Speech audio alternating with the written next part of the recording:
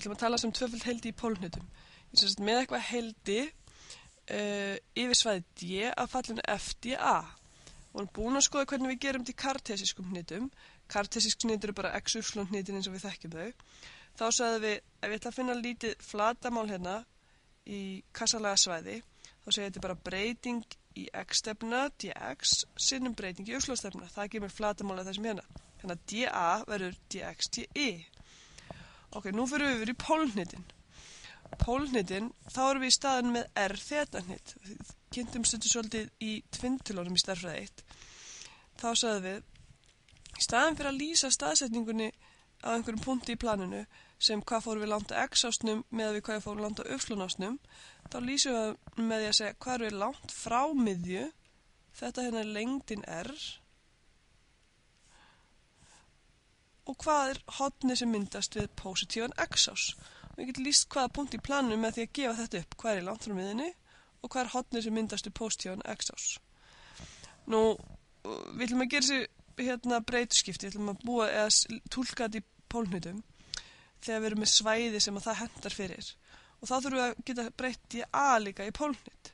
Og þá skoðum við mynd og sagðum, nú, hvað er flatamálað einu svona litlu stykki dA núna, þegar við erum með þetta sem lýst með við hringinn. Svo við, lengdin hérna er breyting í radíus. Þetta er radíusásinn.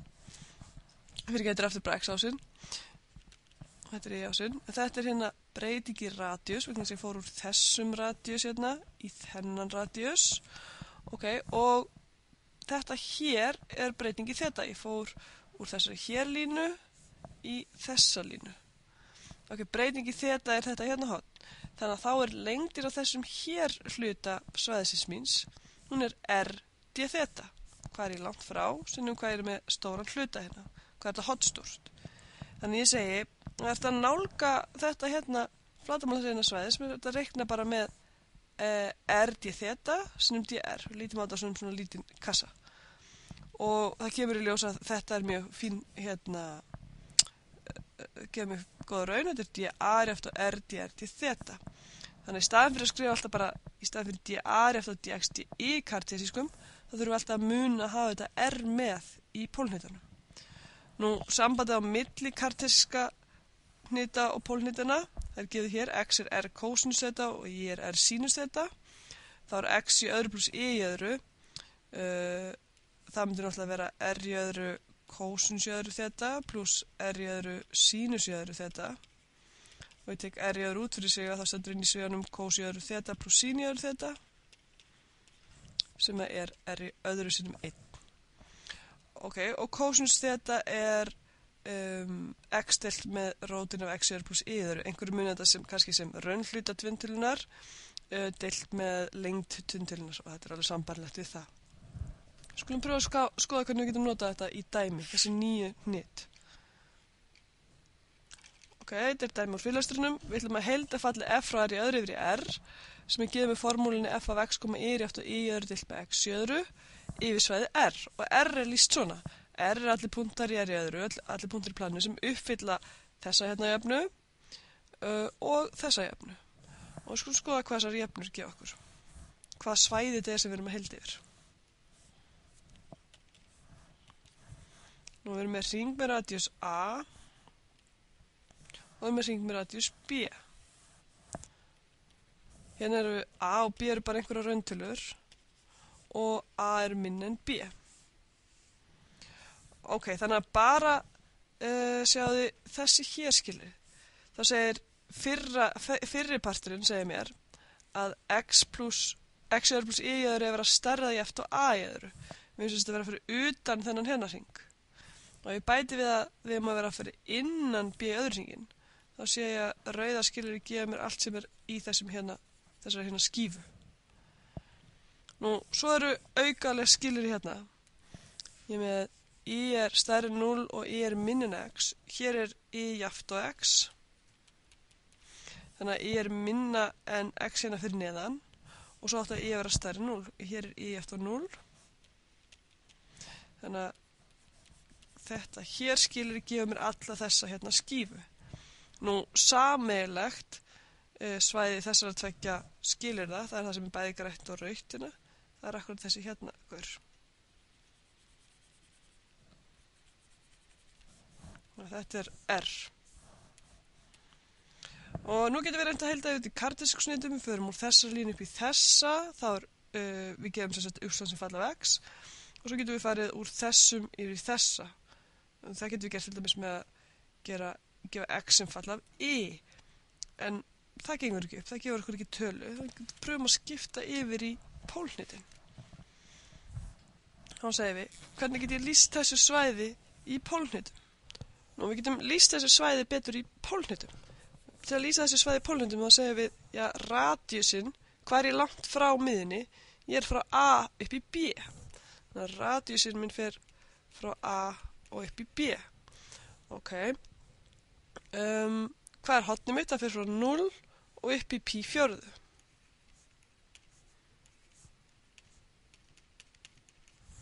Svona. Já, þetta hérna skilir radíusinn frá A til B. Það gefur mér aftur allan rauða hérna, rauða svæðið. Það gefur mér allt það sem ég er með radíus á milli A og B. Og þetta hérna þeta frá 0 upp í pi aðrir gefur mér aftur þetta hérna græna svæðið. Þannig að sameiginlega afmarkaðu bláa svæðið. Nú, ef við ætlum að skipta hnit í mörkunum okkar til að lýsa svæðin okkar, þá þurfum við líka að lýsa fallin okkar í þessu nýju hnitakerfi. Þannig að við segjum f af x, y er jafnt og y í öðru deilt með x í öðru. Og nú breyti ég hnit, ég segi y, við gerum alltaf breytiskiptin x er jafnt og r sinum kosinus þeta og y er jafnt og r sinum sinus þeta. Þannig að þetta verður r í öðru sinus í öðru þeta deilt með r í öðru kosinus í öðru þeta. Við styttum þetta út og þá stendur eftir bara tangens í öðru þeta. Og nú er ég búin að túlka f sem falla af r og þetu. Og nú heldum við, segjum við, heldið yfir svæðið r af y í öðru deilt með x í öðru dA. Það er eftir og heldið og nú ætla að lýsa svæðinu. R fer frá 0 upp í frá A upp í B fyrir gjöðu. Það er þetta hér skilur við. Þeta fer frá 0 upp í pi fjórðu. Og fallið mitt er tangens í öðru þeta. Nú þarf ég að gera breytskiptin hér og dA var r, dr, dθ, dθ, dr. Nú hef ég þetu hérna fyrst vegna þess að það er mörki mín á innra heildinu. Og svo reiknum við. Hérna, þetta er svona stærsti hlutin er bara að setja upp heildi sitt. En nú reiknum við segjum innra heildi er með til þetu, þá er r bara fastið, ég tek hann út fyrir sviga. Og stofnfallið verður tangens þeta mínus þeta, byrju 0 til pi fjórðu. Sjáum ef við diffrum tangens þeta og fáum við tangens í öðru mínus, 1 pluss tangens í öðru og svo diffrum við þeta og fáum mínus 1, þannig að allt í allt er eftir tangens í öðru.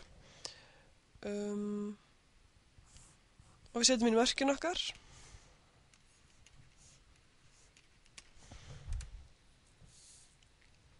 Og út úr þessu fáum við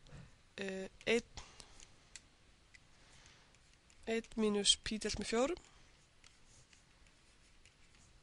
Og þetta er bara fast, við getum tekið hann út fyrir sig.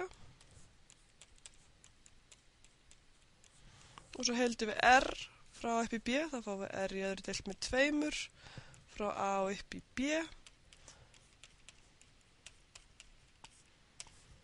B í öðru mínus A í öðru deilt með 2 og þá erum við komið svarið. Getum kannski einfalda þetta aðeins. Sett b í öðru mínus a í öðru með upp á strik með hérna lengi með 4. 4 mínus pi deilt með 8.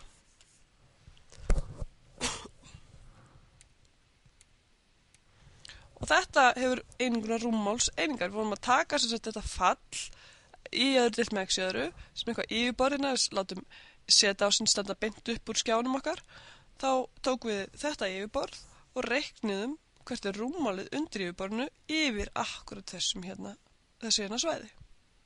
Pröfum eitt dæmi viðbót.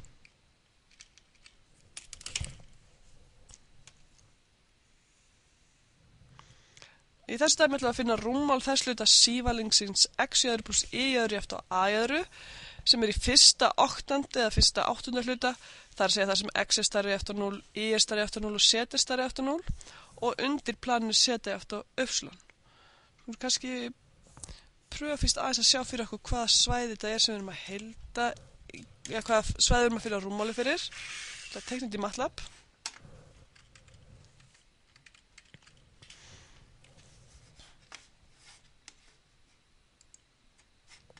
Ég teikna hérna sívalingi minn, en bara þann hluta sem er í fyrsta áttunda hluta. Kannski teikni bara sívalingin til að byrja með. Sjá. Þetta er 1/4 af sívalingnum, sá hluti sem er í það sem x er stærri 0, y er stærri 0 og z er stærri 0. Og svo teikna ég ætla að finna rúmmáli af þessum gaur, en bara þann hluta sem er undir þessu plani. Svo sagt, það sem við sjáum hérna, rúmmáli hérna inni, hérðan og eftir hérna sívalingshlutanum upp í planið. Ef maður sér þetta svona fyrir sér, þá sér maður betur fyrir sér hvað það er sem maður ætlar að heilda yfir hvað. Maður ætlar að heilda þetta plan yfir þetta svæði sem afmarkast hérna í XY-planinu. Við pröfum að skrifa upp svæðið okkar.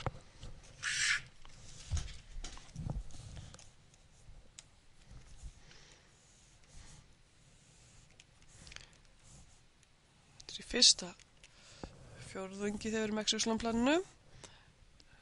Radíusin er A. Ok, og þetta er svæði sem ég ætla að heilda yfir. Ég ætla að heilda y yfir svæði D sem er hér á myndinni. Nú, við förum yfir pólhlutin. Við segjum þetta lýsa þessu svæði með radíusin á bilinu 0 til A. Og þeta er á bilinu 0 til pi aðrir.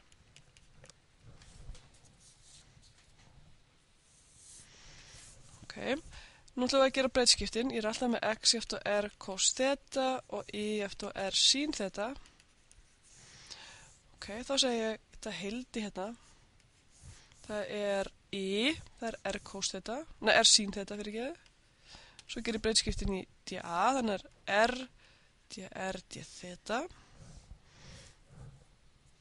og r er innraheildið mitt, það er á bilinu 0 til a og þeta er ytraheildið, það er frá 0 til pi aðrir.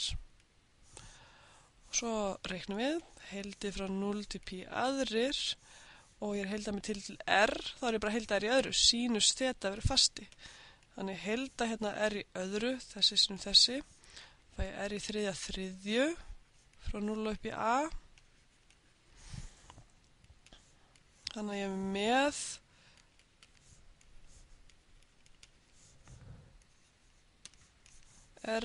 a í þriðju.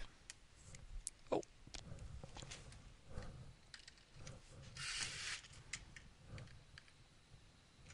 Svona. A í þriðju. Þetta er festi sem ég geti tekið bara út fyrir. Og ég er að heilda sínus. Og svo setjum ég inn mörki mín og þetta verður 0 + 1.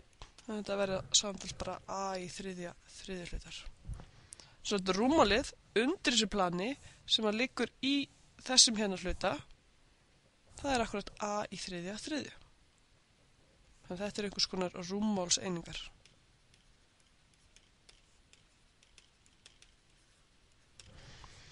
Í lokin þá getum við kannski séð að þetta hefði verið hægt að reikna allt saman líka í kartesískum hnitum. Það hefði bara ekki verið alveg jafn þægilegt. Þegar þeim geta sagt, ég ætla að afmarka þetta svæði hérna. Þetta hér er þetta bara ferillin uppslönt og rótin af a mínus x í öðru.